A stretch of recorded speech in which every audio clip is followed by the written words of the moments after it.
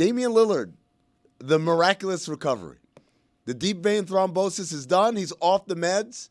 He's not going to play in game 1, but he's ramping up now. You know what Dan would say at this moment? What's that? I wonder how. Oh, Jesus, how did he recover Well, I so heard he was quickly? taking blood thinners before they figured out that he had that. You can't be playing on blood thinners, though. No, they said it was early detection, like that they detected it early enough that he got on the meds early enough that now that we've cycled through it, and now I'm thinking about, well, if I'm Victor Wembanyama, I'm like, well, what happened?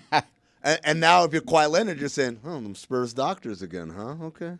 All right. That was the whole thing. People forget, man, the whole Kawhi Leonard saga started with the doctors at the Spurs effing up multiple times. And he's like, I don't trust you guys. But you're healed. No, I'm not. But this is the anomaly, though. There are other cases, several other cases, where it takes a lot longer. Oh, for sure. Right. For sure. So either they have some sort of miracle drugs over in Milwaukee. Relax. Relax. We've been there. They don't. That's Dan Le Batard. I said either. I didn't say that they do. No. You're bringing it up. Why are you even opening that door? I mean, what's the door? Like, what is the PED that he's taking to clear him of blood clots? I think I'm good. Said the here. magic word. I think I'm good. And there's the last. What name. is it? What is the PED? What is the PED that Damian Lillard is taking to overcome blood clots? Now that's what people are going to remember from this hour. You and just it's said your it. fault. No, you just said it. I mean, you just said. I said it. He You just said it. He just repeated. I just repeated what you said. What you said. There used to be, I think there was an exchange like that between Ira Winderman and Alonzo Mourning one time where Alonzo Mourning said something and then Ira repeated it and then Alonzo said, you said it, I did it. And he said, no, you said it, I didn't. By the way, I want to throw this out there again because it's happening again, where Stephen A. Smith is in a war of words with someone. This time it's Matt Ishbia, the owner of the Suns, and Adam Silver. Now I can't even call on Joe Dumars to do this because he's gone. He took the Pelicans job. Adam Silver, I'm begging you, pick up a phone. Make these people come into your office. Read them their rights. Give them bend them over a barrel. Show them the 50 states. Like, just let them know, shut up. Stop doing this. The playoffs are about to start, and we've got these guys. Now Stephen A. is like addressing the camera head on. Come on, It's man. like a very slow text exchange that you are getting privy to, and I think it's quite embarrassing for everyone involved. Matt Ishbia is a terrible owner, right? No, I just think he's new. I think the jury's still out. Like here's the thing. He's rich, and he's willing to spend money. And again, having worked for a truly awful owner who didn't want to spend money, I'd rather take the one that wants to spend money, right? Now, Early on, I'm sorry, go ahead. This is the thing about Matt Ishbia that makes him dangerous. Not good or bad, but dangerous as an owner. Most owners, almost every billionaire is a know-it-all. They feel like, oh yeah, they hated on me when I came up with this idea, but then I made $1 billion, so suck it, right? Like that's their approach to everything. They think they know everything. They come in, they buy the teams, and they have stupid ideas, and then they realize, oh, there's actually like reasons why people do things the way they do, and then they learn and they kind of settle down to listen to their basketball people. The problem with Matt Ishbia is in his heart of hearts, he thinks he's a basketball guy. He played on the national championship team at Michigan State. He counts people like Zach Randolph and Jason Richardson and Mateen Cleveland. But how long has he been Peterson. there? He's been there, what, 3 years now? 2 This years? is the third year. So it's okay to come in, as you said, like a prototype, like a very common billionaire thinking he knows it all, especially a basketball playing one. That's not the final judgment for me. Like, you can live and learn. Like, it seems like he is saying to himself, okay, or saying to the team, all right, we're going to have to rebuild here, rather than what some cocky owner would do. It'd be like, nah, we're fine. And like he said, a couple years ago, everybody wants our roster. Yeah. Well, now it seems like realization is coming in, and he maybe isn't this, super brash of an owner. Yes, but also, how can you ever tell the basketball playing owner that, like, you don't understand basketball? Like, that's a conversation that in 29 other teams, like, they had to have that conversation with the owner, like, yo, you don't understand what this is. Let me, basketball guy, explain to you what this is. I imagine every organization has a Tony that they hire just to tell him that. Like, Be like, look, buddy, you don't listen, know ball, bro. listen, buddy, Coach Bud, whichever, however you want to say it. He's got 4 years left on his deal. Are you sure you want to fire him now? Yeah. Hang out at the Keys for 4 years, making $40 million. I don't know. Or even earlier, it's like we shoved Monty out the door, we shoved Frank Vogel out the door. Like, at some point, someone will, yo, you got to settle down. But he's gonna be like, nah, man. I talked to Coach Izzo. Coach Izzo thinks it's a good idea. And I was talking to Mo Pete or whoever from the Flintstones that he's Martin Cleaves was like, let me know I'm doing the right thing. Like, because again, he is the most accomplished basketball owner since Michael Jordan.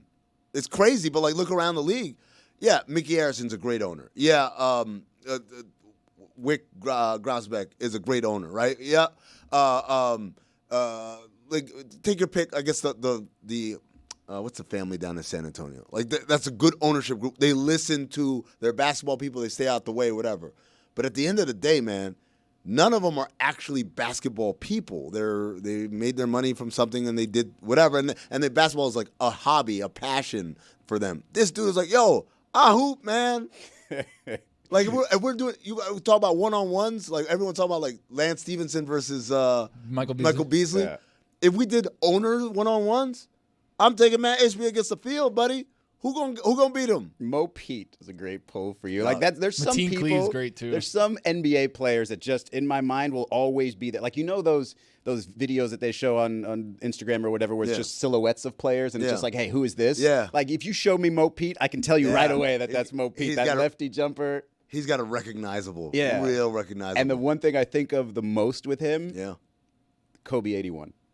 Because everybody gives Jalen Rose a hard time. Mo Pete covered him a lot and got in foul trouble doing it. I saw a Charlie Villanueva podcast interview clip where they talk about like what's the most you ever had scored on you. It's like 81, and everyone lost their shit. It was like, well, hold on now, I didn't guard him. I was there. That was old Mo Pete and Jalen Rose. I said, damn. Well, everybody should have been guarding him. Maybe when he got like the 50. Single coverage. I know. It was they ridiculous. went single coverage the whole time. It was like, yeah, he can't keep doing this. Yeah, it turns out he can. Chris, real quick, give us your top 5 athletes. People in sports that connote and have last names that could be professions in honor of Jake Plummer. OLI. Jason Plummer. Former Marlins backup catcher Matt Trainer. Yeah. Jared Weaver. I've never met a weaver, though. I have. Like a rug weaver? You've met a rug weaver? Someone who weaves. They're a seamstress. What was her name? Different name. Number 5, James Cook. Number 4, Jerome Baker. Good one. Number 3, Matt Painter. Number 2, Chris Carpenter. And number 1, Nick Nurse. No Lawyer Malloy, huh? That was first name. Different game. Different list. Yeah. Do we have that list ready? Nope. I got one for you. What's that? Lawyer Malloy. Open up the club. Yeah. The weekend is here.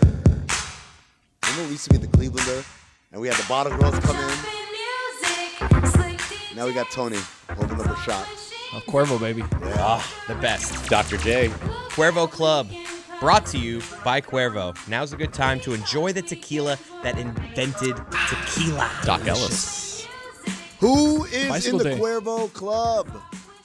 One of my first crushes was Angelica Pickles' mom, Charlotte Pickles. Wow. It's a great revelation. A horny child. Yeah, that's the Suey, right? Put that nominee. Yeah, it's Revelation. I had a crush on Betty Rubble.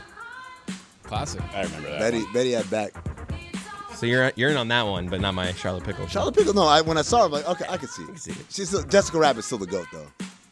Who else is in the Cuervo Club? If you won the Masters and Tiger wasn't in the field, you didn't win the Masters. It's the robot. Stugotz. Stugotz in the house. Stugotz, I love that. Who else is in the Cuervo Club? Oh my God, Jeremy, I want to wring your neck. That's Mike. Upset Yeah. about. I don't know. Just Right. copy and paste that anywhere. Where I Oh made. my God, Jeremy, I want to wring your neck. I think I made fun of Miami Hurricanes football or Mike talking about it and not understanding that it's the same thing as me talking about Miami Heat basketball. That's what happened as well. Who's that? Jeremy getting tased for talking. It also sounds like Jeremy doing a Jonathan Zaslow impression. that's Also, good. also doing a limited fake corn. Doing a limited fake corn. I'll never get out of my head the sound of Luis Castillo in the Marlins clubhouse, probably back in 2000, just randomly going, that song would play all the time. I was like, wow. Who else is in the Cuervo Club? Didn't even know that it was only the females that give milk. Did you guys know that? Tim Kirkshin. Unbelievable. I love that man. That gave us a great bit yesterday where I talked about the male cows. I'm like, here comes Tim. I need to get milked. Who else Well, is in the I met Cuervo Club? Nickelback on an airplane once. The entire band. Who else is in the Cuervo Club? Mojito. I know you can make a nice Mojito. with Cuervo. Don't Yes, you sleep on can. that.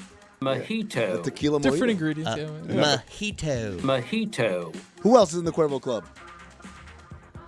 It You know feels what like Amin happens is the really first time the testing and making sure how many sounds we have in there. We better have the sound of Dan asking Billy why he's still hard. You know what happens at the first time at the rodeo, Stugotz? The bull rides the horn. I'm not gonna lie. I've tried to avoid the overly we've just been a little ham-handed recently with the sexual. On the horniness? All right, fine. We'll play that one again because that one cracked me up. When I You know what listened to happens at the first time at the rodeo, Stugotz? The bull rides the horn. It's just combining metaphors. First time in the rodeo. What happens? If I know. You know what happens at the first time at the rodeo, Stugotz? The bull rides the horn. The next line I said was, "This is my first time at the rodeo." I'm picturing a bull riding a horn. Those birds are horny. Talking animals again. That's This talking guy. animals. You learn a lot. You and- Those birds you are and- horny. You and Jason Plummer. Who else is in the Cuervo Club?